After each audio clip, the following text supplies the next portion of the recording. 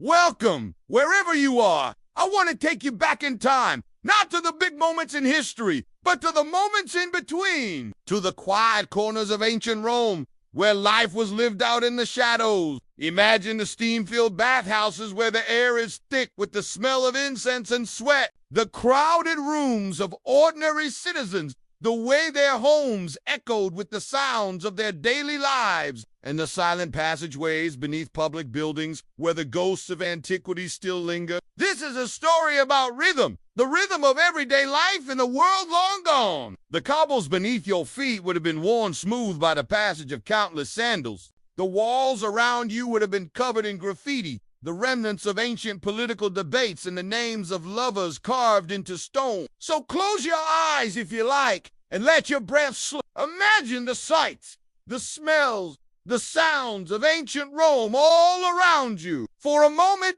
you can be transported back in time, walking the streets of a world that no longer exists. In ancient Rome, the baths were more than just a place to wash. They were a social hub, a place for business deals to be made and gossip to be shared. So what would a visit to the baths have been like for an ordinary Roman? Let's find out. Imagine yourself waking just before dawn. You sleep on a rough mat laid out beside your family's small hearth. The air is cool and smells faintly of yesterday's ashes. Outside, a cartwheel creaks on the street that sounds so familiar you no longer hear it. You're a cobbler's apprentice in Subura, one of Rome's densely packed neighborhoods. The walls of your home are thin, the floor uneven stone. Your eyes not to leisure, but necessity. By midday, after hours spent hunched and hammering in the dim shop, your master grants you a break. That's when you head to the Thermida public bath, not as a luxury, but as a small relief, a ritual, a habit embedded into Roman life.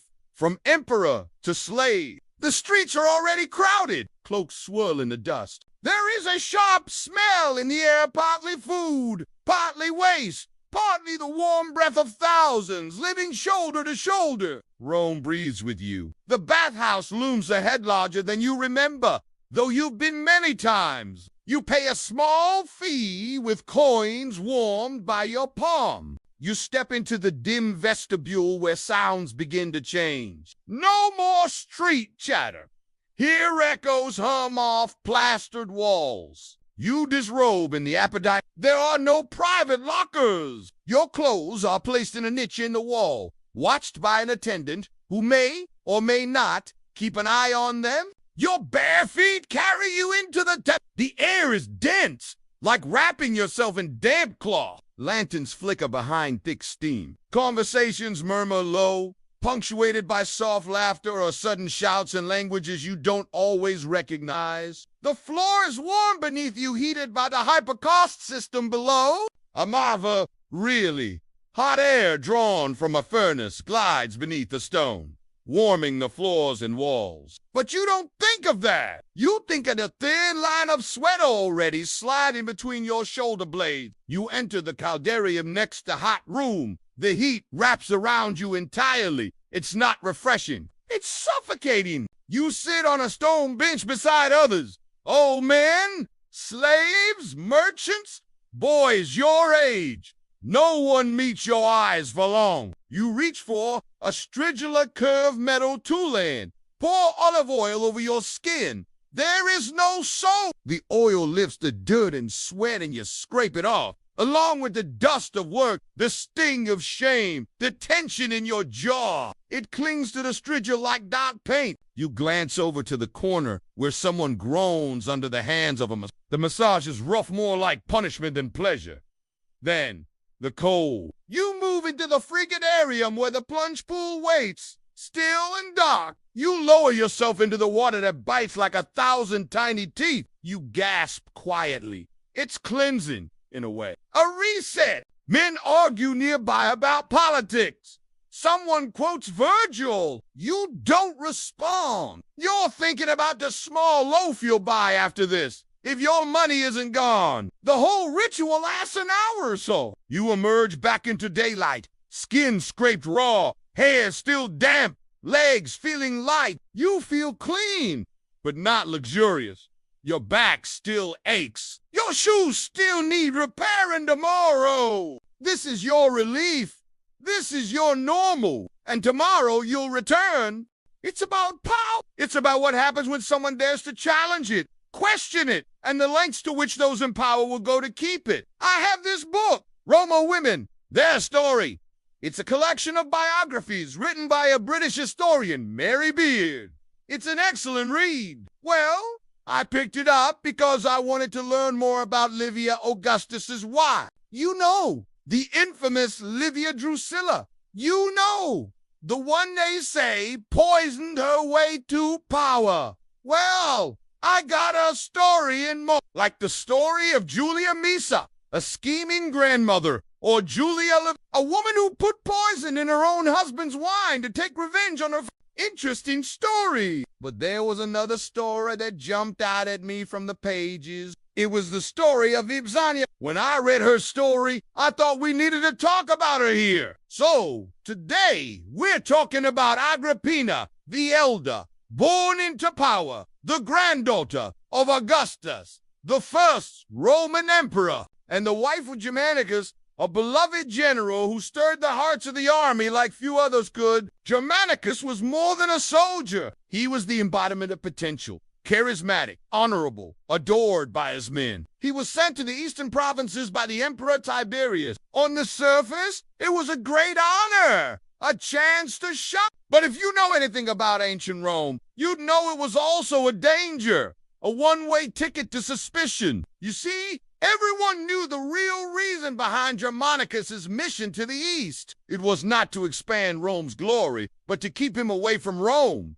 Tiberius never trusted him, and now he was sending him far, far away. Far enough that if he died, Tiberius wouldn't have to answer any questions. Well, Germanicus died. His skin darkened, his body wasted, his eyes burned with fever, and Agrippina suspected poison. The air around her husband's death was thick with rumors. People said he had been murdered, that Tiberius had allowed it. But this is not a story of conspiracy. This is the quiet descent of a woman who would not be quiet. When her husband died, Agrippina did something scandalous. She brought her husband's ashes back to Rome herself, leading a public funeral procession. She dressed in black, refusing to bow her head.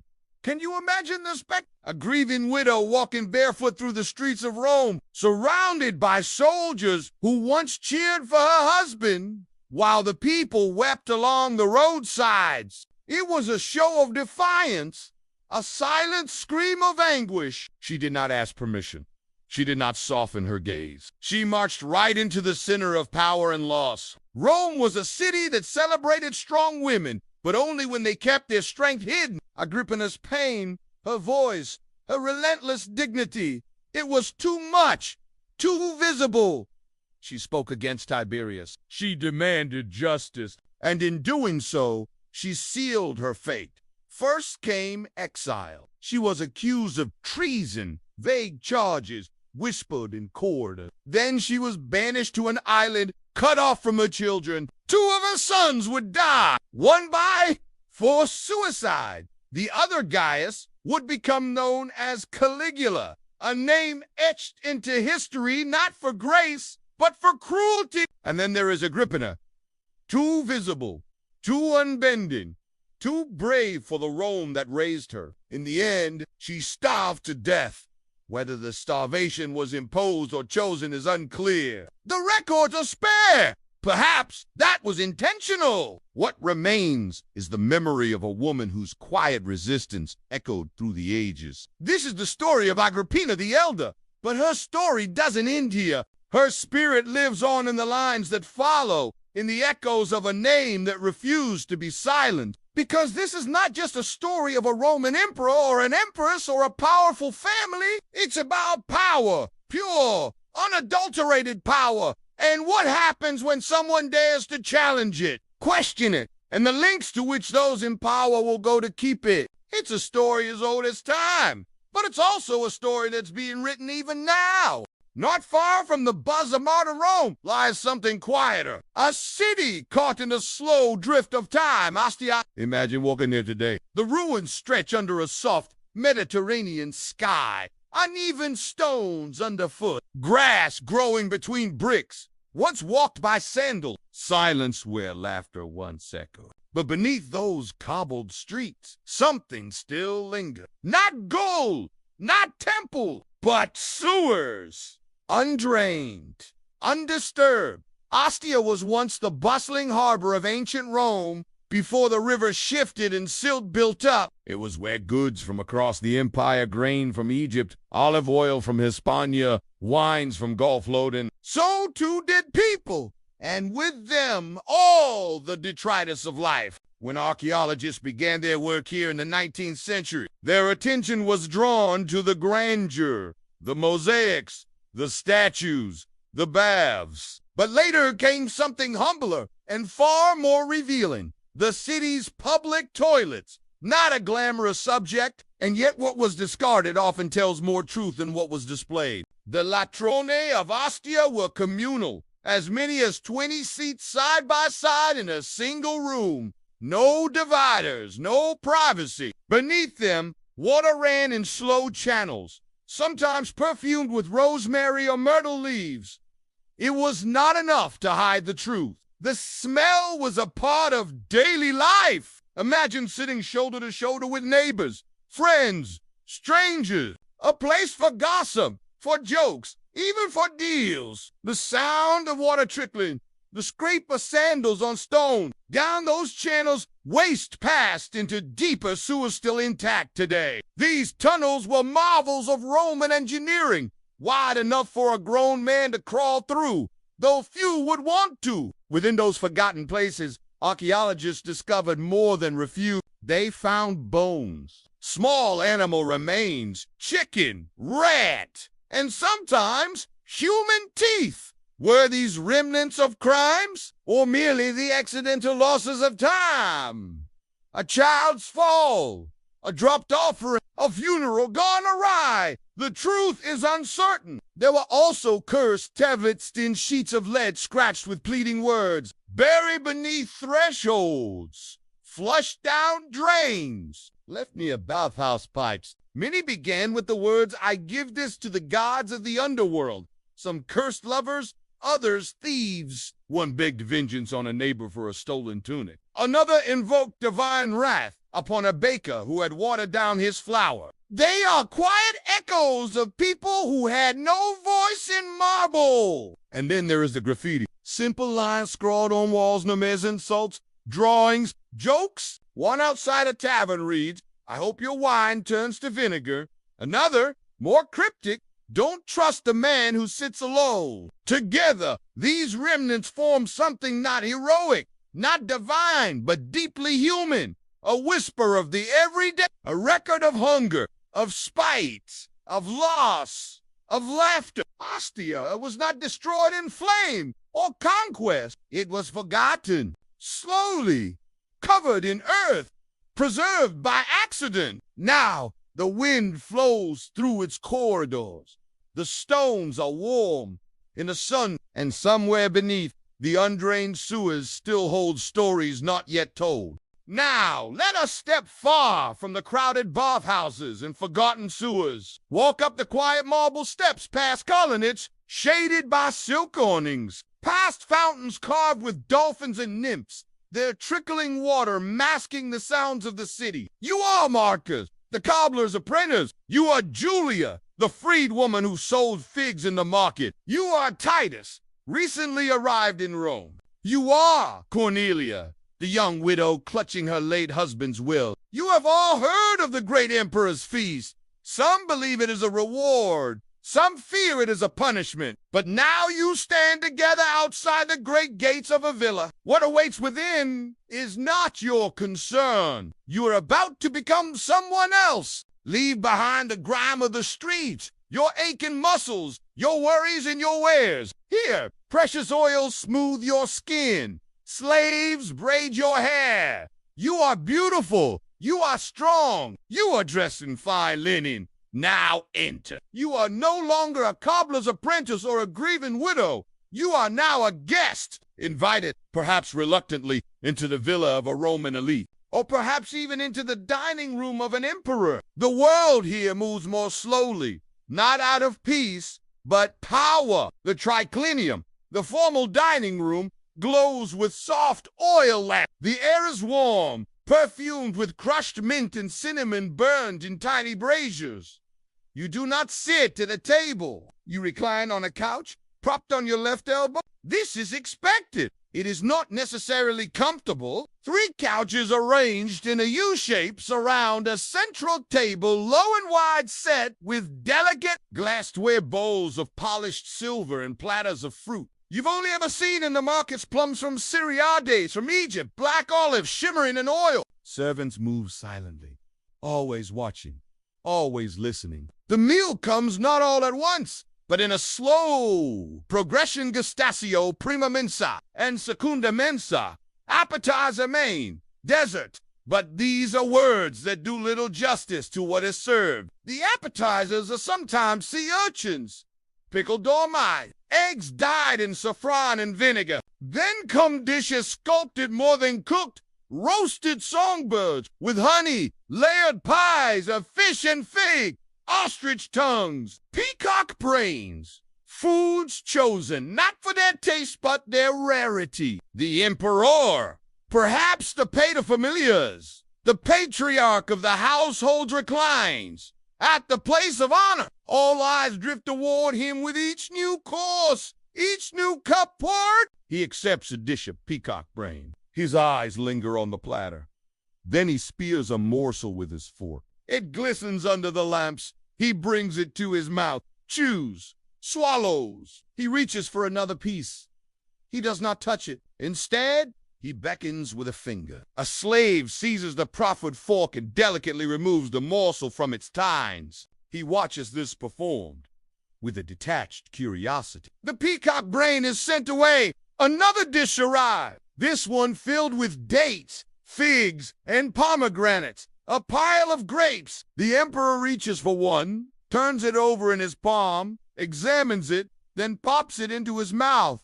He smiles. The guests stir. They, too, take notice of the grapes. The laughter is soft and deliberate, like punctuation in a language of masks. The wine is watered down. This, too, is tradition. To drink it pure is to invite suspicion. Drunkenness is for slaves. Between courses, a poet may recite verses, or a philosopher may be asked to speak. The room listens or pretends to. The food grows colder. There may be musicade, a plucked lyre, a soft flute, or, depending on the host's taste, there may be spectacle, a dancer from Gaul, a juggler, a trained monkey in a child's tunic, and always the lingering presence of fear. A joke misunderstood, a glance held too long, a course refused. These are not small things in the house of the powerful. In Emperor Domitian scored, it was said he would serve entire banquets in total darkness just to watch his guests squirm. Caligula once invited a man to dinner, only to have him executed before dessert. But not tonight. Tonight, the candles flicker gently. The room smells of rosemary and wine. Outside, the city exhales in long, quiet breaths. The emperor reclines with a distant smile. You do not speak. You simply breathe. And so we leave behind the warmth of the Roman bath, the silent courage of Agrippina, the damp mystery beneath Ostia's streets, and the flickering lamplight of an imperial feast. What remains is not marble or conquest, not empire or law, but rhythm, the steady rhythm of daily life, the rhythm of scraping oil from skin in a crowded bath, of footsteps to a dusty forum, of whispered prayers dropped into a drain, of silver platters lifted, not for hunger, but for tradition. You may have noticed, even in their strength, they struggled.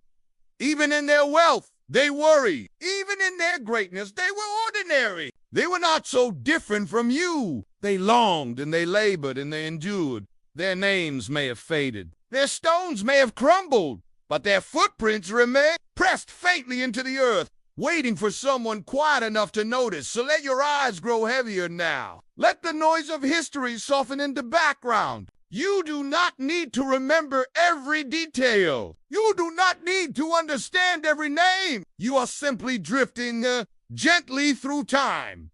And tomorrow when you wake, Rome will still be there. In stories, in ruins, in echoes. I am tired. I am so tired. The road was long and the sandals are worn thin. The sun beat down and the dust rose up, and the olives, they tasted bitter in the mouth. Is this how the pilgrims felt? I wonder. Walking all this way to see the crumbling stones, pieces of marble overgrown with weeds, and the wind sighing through the gaps in the walls. And here in this moment, the past is not behind me, it is beside me. I can almost reach out and touch it. And I know that you, traveler, you are here with me. I can feel your presence at my shoulder, sharing the silence, sharing the experience. And in this sharing, we become one. We are one in our wonder, one in our fatigue, one in our thirst for something beyond the grasp of understanding. We came seeking answers. What answers did you find? What answers am I seeking? Whose answers do I have? Do I even want answers anymore? Or is this seeking, this being lost, this not knowing, is this also a kind of answer?